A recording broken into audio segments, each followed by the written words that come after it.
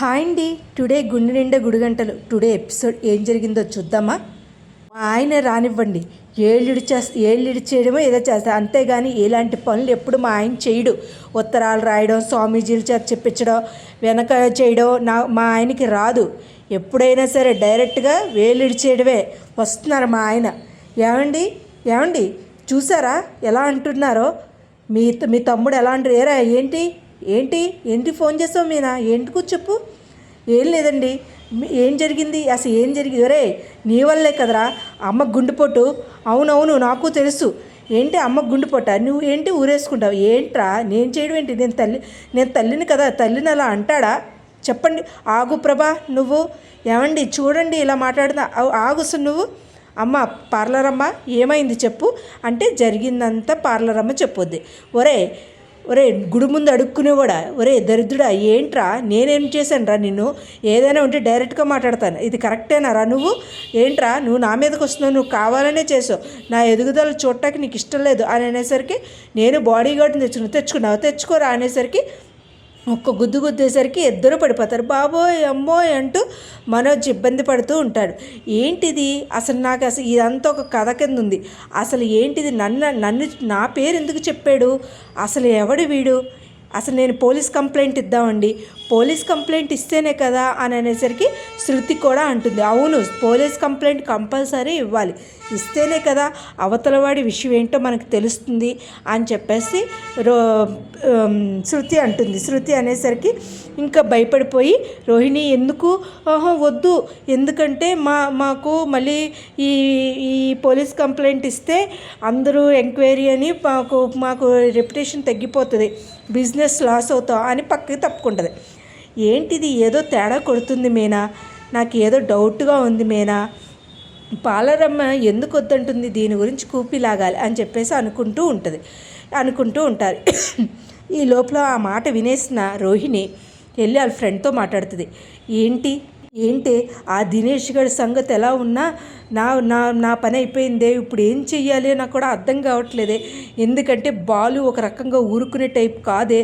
అవును నీ బాలుకి దొరికామో అంటే ఇంకేమాత్రం కూడా అసలు ఊరుకోడే అని చెప్పేసి అంటూ ఉంటుంది. ఇంకా అర్థం కాకుండా అలాగ బెత్తరిపోయి ఇద్దరు రోహిణిని వాళ్ళ ఫ్రెండ్ కూడా ఉండిపోతారు. అసలు ఏం చెయ్యాలి అని ఆలోచనలో వచ్చినప్పుడు సరే ఒక పని చేద్దాం, నువ్వు బాలు క్యాబ్ బుక్ చేసుకో. వచ్చిన తర్వాత బాలు ఎక్కిన తర్వాత ఎలాగైనా సరే నువ్వేం చేయాలంటే తన ఫోన్లో ఉన్న తీసుకుని నువ్వు తనకి ఏమీ తెలియకుండా ఆ శివ వీడియో తీసుకుని నువ్వు నాకు పంపించాలి ఏదో విధంగా, సరేనా అని అనేసరికి క్యాబ్ బుక్ చేసుకుని వస్తుంది. ఏంటమ్మా నువ్వా? రోహిణి పాలరమ్మ ఫ్రెండ్ కదా, ఓకే రా ఎక్కువ అనేసరికి ఏంటి బాలు అలా ఉన్నావు, అలాగే ఇలాగ, అయ్యో నేను కాల్ చేద్దాం అనుకుంటే నా ఫోను స్విచ్ ఆఫ్ అయిపోయింది, నీ ఫోన్ ఇస్తావా అని చెప్పేసి అనేసరికి ఇప్పుడే ఫోన్ చేయాలా అని చెప్పేసి అంటూ ఉంటాడు బాలు. అది కాదు బాలు అని అనేసరికి సర్లే అయితే తీసుకుని అని చెప్పేసి ఇస్తాడు. ఇచ్చేసరికి కరెక్ట్గా తను ఎత్తుకుతూ ఉంటుంది. అయినా నువ్వు బాలు సూపర్ బాలు అలాగే ఇలాగా అని అంటూ ఉంటుంది అని వీడియో తను ఫార్వర్డ్ చేసే లోపల రోహిణి ఫార్వర్డ్ చేసేటప్పుడు మీనా ఫోన్ చేస్తుంది. నాకు ఫోన్ వచ్చింది ఇలా ఇవ్వు అని చెప్పి తీసేసుకునేసరికి చెప్పు మీనా ఏంటి పూలగంప ముళ్ళగంప అంటూ చాలా అందంగా మాట్లాడుకునేసరికి ఇంకా సరే అయితే ఎందుకు ఆపేవు కారు, నీ డెస్టినేషన్ వచ్చింది దిగు అనేసి ఏంటో ఈ ఫ్రెండ్స్లో అది ఇది అని. ఏంటి తీసుకున్నావా? తీసుకునేది రోహిణి? అసలు దరిద్రం తాండవించడం అంటే ఇదే. కరెక్ట్గా నేను చూశాను శివ మీ అత్తగారు బ్యాగ్ పట్టుకెళ్ళడం నేను చూశానే, కానీ అది పంపే లోపలనే ఊరుకోలేదు. తర్వాత ఫోన్ వచ్చింది మీనా, కానీ ఎలా అయినా వాళ్ళిద్దరు మేడ్ ఫర్ ఈచ్ అదరే అని చెప్పేసి అనేసి వచ్చేస్తుంది. వెళ్ళిపోయిన తర్వాత కరెక్ట్గా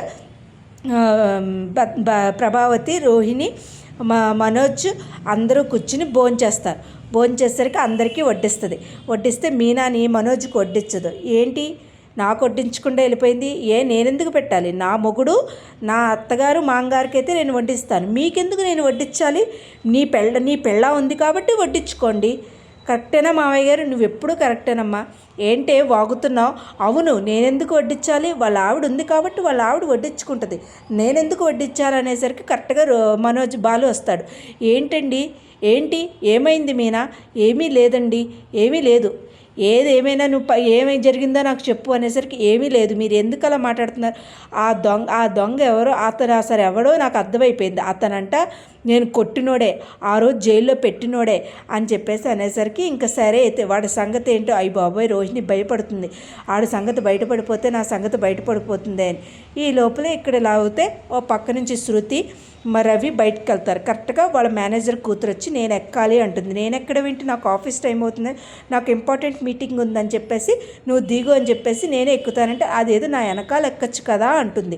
లేదు లేదు నేనే ఎక్కాలని చెప్పేసి ఎక్కి ముగ్గురు వెళ్తారు. రవి అయ్యి బాబాయ్ రవి నాకు అయిపోయింది, వాళ్ళ కాళరాత్రే నా సంగతి అయిపోయింది అనుకుంటూ రవి బాధపడుతూ ఉంటాడు.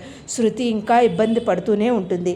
అసలు ఏం జరుగుతుంది, అసలు దినేష్ అనే సంగతి బయటకు వస్తుందా, రోహిణి సంగతి బయటకు వస్తుందా అనేది మనం ముందు ఎపిసోడ్లో తెలుసుకోవాలండి. కానీ ముందు ఎపిసోడ్లో రోహిణి విషయం బయటపడితే బాగుంటుంది. ఈరోజైతే ఎపిసోడ్ ఇదేనండి. నా వీడియోస్ కనుక మీకు నచ్చినట్లయితే లైక్ చేసి షేర్ చేసి సబ్స్క్రైబ్ చేయండి. శృతి కూడా ఇలాగే మాట్లాడుతుందా ఏంటనేది మనం ముందు చూడాలి. Please share subscribe. Thank you.